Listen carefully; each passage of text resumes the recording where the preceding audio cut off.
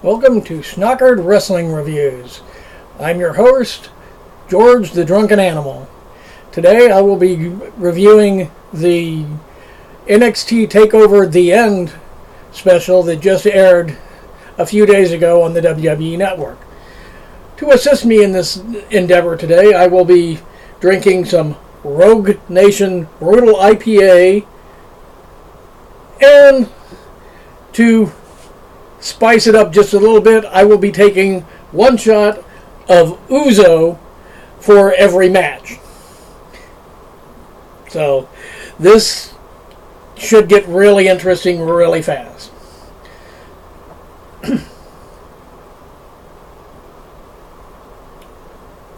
So, our first match of the evening was the debut of Andrade Cien Almas versus Ty Dillinger. The main things I took away from this is I really hate this guy's name now. They could not have given him a more fucked up, convoluted, hard to remember pronounced name if they had tried. And I have seen him wrestle before in New Japan as La Sombra, and the guy's good. As a matter of fact, I posted on the network podcast page a 2 out of 3 falls match between him and Shinsuke Nakamura for the IWGP Intercontinental title from Mexico. So the guy's good and can go, but this was not a good debut. First off, the vignettes leading up to it made him look like this big, bad, mysterious guy, shown in looking at old videos of him wrestling with a mask on and everything, and then slowly removing the mask so you didn't know what he was going to look like or what it was. And then he comes out and he's wearing this ridiculous white pants with white suspenders, no shirt, and a white pimp hat looking. Yeah, he just looked fucking ridiculous. Strike one against him right. Well, strike two with the name. He's going to have to work his way hard to win me over in the next few weeks or so after this debut. The match itself was good. It was perfectly serviceable. Ty Dillinger, he is now in the role of super jobber to the new guys, basically. He'll get wins over other unknown NXT guys and everything, but ultimately anybody who's coming in and debuting as a singles wrestler will more than likely debut against him, because he does tend to bring out the best in his opponents. He's able to work with just about anybody. His match with Nakamura was just phenomenal for what it was. It was the first time I actually cared about Ty Dillinger at all. And he's slowly been winning me over. But I think if you're going to debut a guy and you want him to be a big babyface, don't debut him against Ty Dillinger right now, because Ty Dillinger is more of a guy that's going to get cheered by the NXT crowd than anything else. And that's the other thing about this show that really kind of bugged me, was the NXT crowd really did, in my opinion, take away a lot from some of this stuff, where they were just trying to get themselves over. And case in point, they had one spot in the match. It was a cool spot, but by no means anything super spectacular. Almost had got whipped into the turnbuckles, and he did this little headstand thing in the corner, and Ty Dillinger just hauls off and super kicks him right square in the fucking face. And that, to me, that was cool. That was not a holy shit cool, but that's what the crowd started chanting for that move. That was like their first big holy shit chant of the night. So that just really took me out of it. And then Cien's finisher, I know it's supposed to be like a running knees into the corner where they're sitting down in the corner like in a Bronco Buster position, and he theoretically is supposed to run up and jam both of his knees into their face. Well, it did not come off that way, and they showed a replay of it, which really showed how bad this move looked, because as soon as he went to make impact, you saw his legs spread and go on either side of Dillinger's face and basically just jammed his dick in his face. So instead of looking like a brutal knee shot to the face, he was just cramming his crotch into this guy's face. And he gets the win with that. Like I said, up until that, the match was serviceable. It was fine. Not what I was expecting out of the former La Sombra, but hey, it's only up from here. So, shot number 1. Whew. Oh, that's going to burn.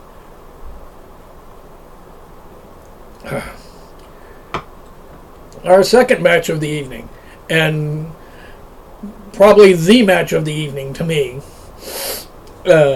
was the tag team match. The American Alpha versus the Revival.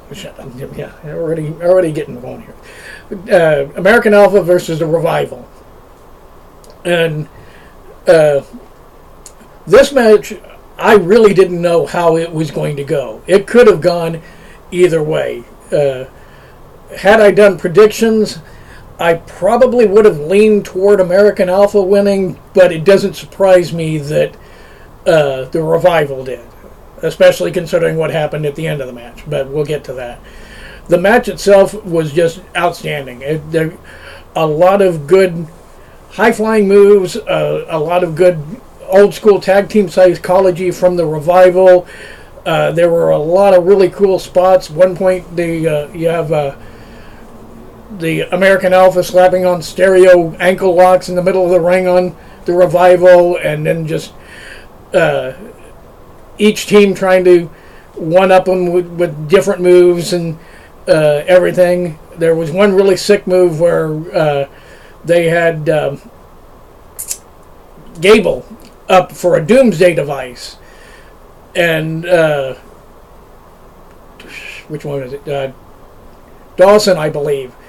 He came off the top rope to do the clothesline.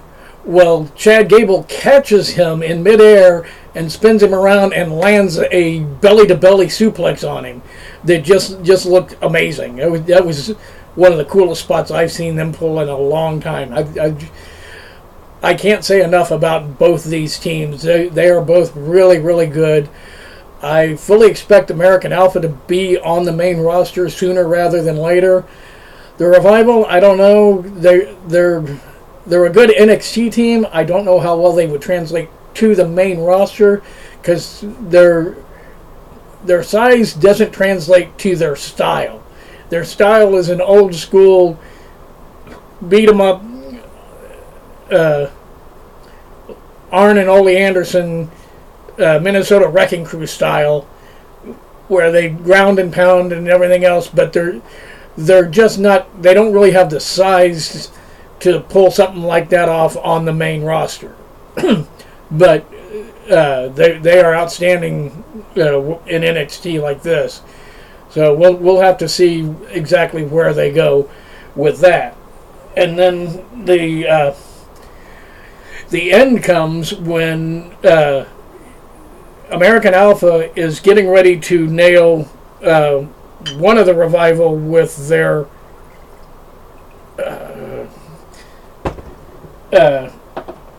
assisted back suplex pin move, and the guy flips out of it, and his partner comes up, and they nail the Shatter Machine, the double, like the Codebreaker type move, double team Codebreaker type move on Gable, while holding Jordan outside the ring.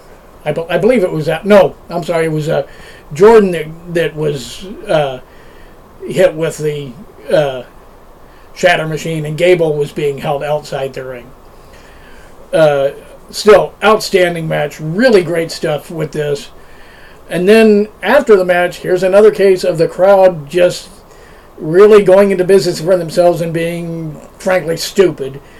You see the Revival take their belts, walk up and up the ramp, and are celebrating, and then go off screen, and they cut to Jordan and Gable in the ring, just looking all dejected and just can't believe they lost such a good hard-fought battle, when all of a sudden these two giant fuckers come out of nowhere and just lay waste to them. Now, during the special, they never announce a name of who these people are.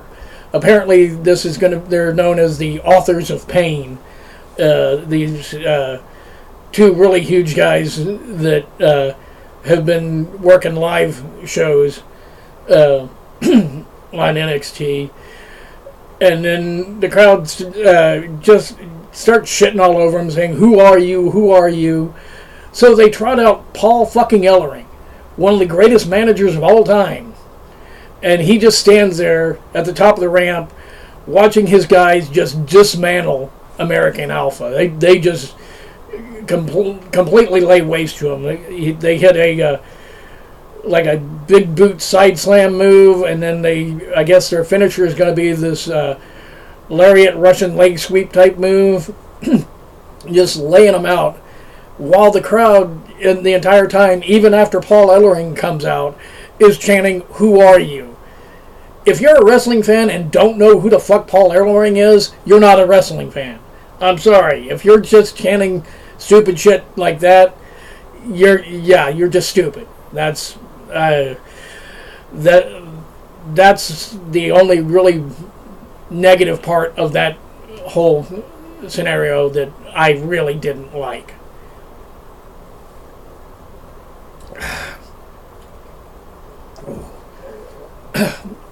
Then we get probably the second best match of the night. Very close behind the tag match.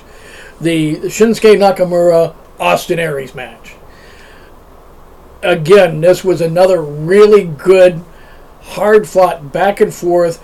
They both pulled out some really cool moves that you could tell they had been studying each other and knew how to counter each other's moves and everything else. And at one point, it looked like Aries had got his last chancery submission move on, but Nakamura, being so much taller, was able to get his long legs out and break that up. And then out of nowhere, you see Aries was trying to position Nakamura to do some like a top rope move or something, and as he's walking by him, Nakamura just reaches up, grabs him, and slaps on a triangle choke. I mean, it was just that quick, that smooth. It shows the versatility of Nakamura, how he can do submission wrestling like that. I believe he has had a few MMA fights too, so he is well versed in submission wrestling. And this match really showcased how great this guy's going to be once he does make it up to the main roster, because he can go with the high flyers, he can go with the brawlers, he can do submission wrestling, and he just oozes charisma. So the sooner he gets up to the main roster, the better. He's going to be huge. Matter of fact, I'm going to be going to the WWE Live on July 2nd here in Tokyo, and they've announced that they're going to have Nakamura versus Kevin Owens on that show, which I think can be a phenomenal match in itself. It'll be another one that will showcase how he can do against somebody like an Owens, who's more of a brawler, than Aries, who was more of the high flyer. So I truly expect that to be a really good match. But anyway, the only minor negative, the Todd Phillips trying to call the match. He did at one point pull a bonehead move.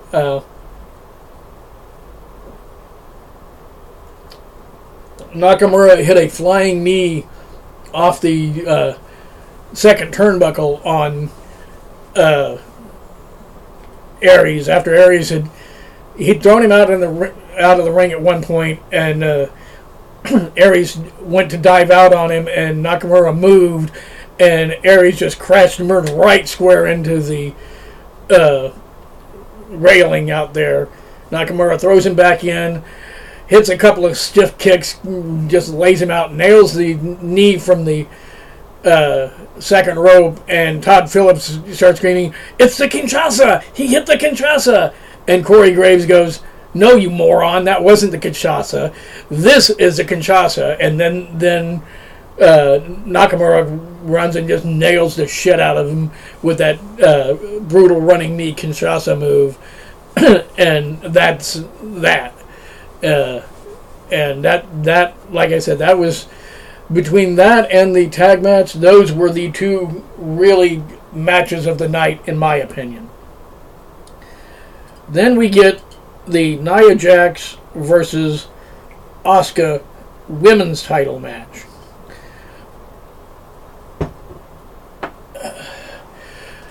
As a women's match, it wasn't bad. It was a really good women's match as far as it was better than 90% of the women's matches you will see in WWE right now. As a NXT women's title match, it's probably one of the worst ones that they've ever done. I'm not saying it's a bad match by any stretch of the imagination. It's just that they have set the bar so high with the Bayley-Sasha Banks matches, the Charlotte-Sasha Banks matches, the Charlotte-Natalya matches, all the matches prior to this, that there was no way those two were going to be able to pull off a match of that quality. But it was still a really good match, and it showcased both of them very well. It showed Nia Jax how brutally powerful she can be, and again, it showed Asuka being able to just out of nowhere slap on submissions on you, and just she was able to multiple times slap different moves out of nowhere on Nia Jax. At one point, Nia had nailed her with the big spine buster, and then went to pin her just with like her hands on her chest, like really cocky, sitting her hands on her chest. She gets to two, and all of a sudden, Asuka just rolls through and nails a wicked armbar on her. Starts into a cross arm breaker, and then rolls into a Fujiwara style armbar, and it was just a thing of beauty watching Asuka go out there and just do that. And then eventually, Nia was trying to do something, and Asuka just goes nuts and just kicks the living shit out of her. I mean, she just hit a kick to the side of her head that sounded like a gunshot going off. And it staggered Nia, so she goes and kicks her a couple more times, hits a running knee. Nia's on her knees, and she looks up and at Asuka and just lets this big primal type move, screaming at her, and Asuka just nails the shit out of her with another running knee and just lays her out. And the one thing that I really liked about the way this ended was Asuka did something you very rarely see wrestlers do nowadays. It was just a very small little thing that if you're not really watching, you're not going to notice it, but it stuck out to me. she has her pinned near the ropes, and a lot of times when you see them pinned near the ropes, the person doing the pinning they'll hook the leg and then be laying across her, and the other person has their arm free to reach out to try to grab the rope. Well, Asuka grabs her arm and rolls and snags that too, to prevent her from be able to do that also. It was just a real small little thing. It didn't really affect the match that much. I don't think it was something that they were going to do where Nia was going to try to reach for the ropes or anything. But it was just one of those little small psychological things that I thought was great. It was just really cool to see them do that. Let's see. So that was we had the Andre match, we had the tag match, the Asuka match. Oh, yeah. So time for a shot. And now for the main event.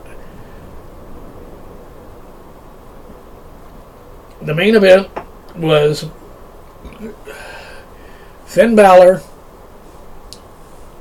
challenging Samoa Joe in the first ever steel cage match in NXT. Now, I went into this with really, really high expectations.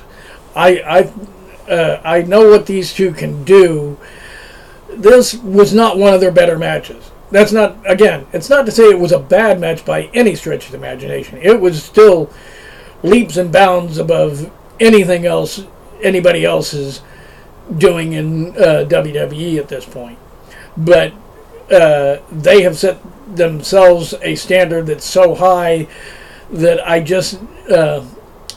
it was almost impossible for them to reach the heights that I feel that they could have, especially in the PG era. To me, if you're going to have a steel cage match, and this is just me, and I know this is PG era and you're not going to see this, but if you're going to have a steel cage match and you're going to bill it as the final confrontation between two wrestlers, that is what this Takeover special was called. Takeover The End. This was supposed to be the final blow-off between Finn Balor and Samoa Joe. There was no blood. And I'm not saying you need blood in all matches or anything, but a match like this would have been so much better had one of them been busted open. I'm not saying that they should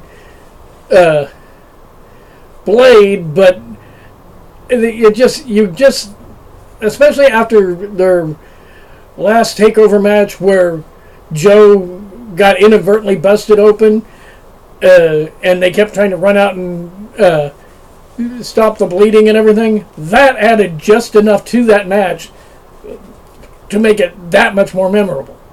And now you're in a steel fucking cage and nobody gets busted open by getting their head rammed into the steel cage multiple times and just being completely abused like that. Minor complaint. I'm not saying it's makes it a bad match by any stretch. I just think it could have been a little bit better had they thrown a little bit of blood in there just to get over the brutality of what a steel cage match is. And they did throw everything that they had at each other. And you had Balor hitting the coup de grace off the top rope at one point and Joe barely kicking out, Joe hitting a regular muscle buster out on him, and Balor kicking out of that, both of them trying to climb up to the cage, and the finish was a thing of beauty. you have Finn Balor climbing the cage. He makes it all the way. He thinks he's got himself all the way out. Joe grabs a hold of him, grabs him by the leg, drags him, kicking, trying to drag him in, positions him, and nails a second rope muscle buster on him. Just lays him out. Just boom, he's dead. That's 1, 2, 3. It's over. It was a great spot. I'm not sure where they're going to go from here with Joe and Balor, and who's going to be Joe's next opponent. I've heard rumors that they're going to be possibly positioning Nakamura to possibly challenge Balor to become number one contender or something like that. That would be fine with me. I really would be looking forward to see a Nakamura Joe match. I think that could be outstanding. Yeah, that's the main event. But overall, as a WWE show, I would give this about an 8.5 or 9 out of 10. As a NXT show, though, which my standards for NXT are a lot higher than they are for your standard WWE show. My grade for it as an NXT show, 7.5 to 8. A good show. Nothing other than the Cien Almas debut, which again, it just didn't come off right, and the crowd being as trying to get themselves in the event as much as they possibly could. Those were the only two real drawbacks, but they were enough for me to drop it down to about a 7. And there was nothing other than the tag match that was just super outstanding, greatest thing ever. That match and the Aries Nakamura match, both of those are what really brought this show up as high as it was. Like I said, I think it was just the expectations you have now for your women's title match and for your NXT title matches are so high that it's going to be really hard for them to top some of what they've done before. But I'm looking forward to seeing what they do next for TakeOver Brooklyn. So, let me get some plugs out of the way here. First, please check out Joshua Baker's Beer and Song of the Day YouTube show and page on Facebook. Great guy. He's the one who started to get me to interested in doing these type of things. Kevin Sherman's Heavy Metal and Booze, another one that's really been prodding me, poking me, and riding my ass basically to do these. Those two, Justin Dimmitt and Prosper on Facebook. If you're a Star Trek fan, you really need to check out his show and page. And of course, Richard Strasberg and Tyler David of On the Network, which is where I'm going to be posting this also. They were kind enough to invite me onto their show before and really got me to the point to where I was like, you know what, maybe I can do this. Maybe I can put my old fat ass out here and try to do something. So, also, I'm thinking about now, I'm going to open this up to the fans. I will be doing the regular WWE pay-per-views and NXT specials as normal. Whenever they come up, you'll see me do one of these. But if there's something that you want to see me get just really shit-faced and watch really bad wrestling and shit over, comment. Let me know. Comment on the network page. On Twitter, I'm at the Masked Cripple. I don't really do Twitter that much, but if you hit me up there, I will get it and I will respond. So if there's any old like WCW, WWE, anything that you want to see me just torture myself and get shit faced and shit all over, let me know. If I do get enough responses and I feel I get enough people that actually want to see this, my first one I might do if I get enough people to say we would love to see you do this. I may do the worst wrestling pay-per-view in history, the one known as Heroes of Wrestling from, I think it was either 1999 or 1999 I believe it was, or 2000, one of the two. This was the absolute worst in professional wrestling ever. And I know this because I actually paid money to watch this thing live whenever it aired.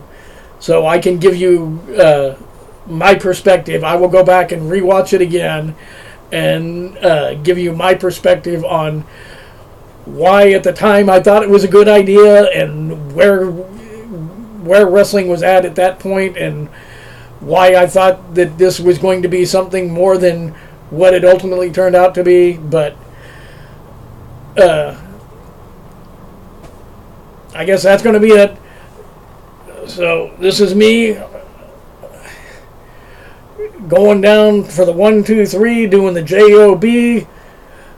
Kampai, as they say here in Japan.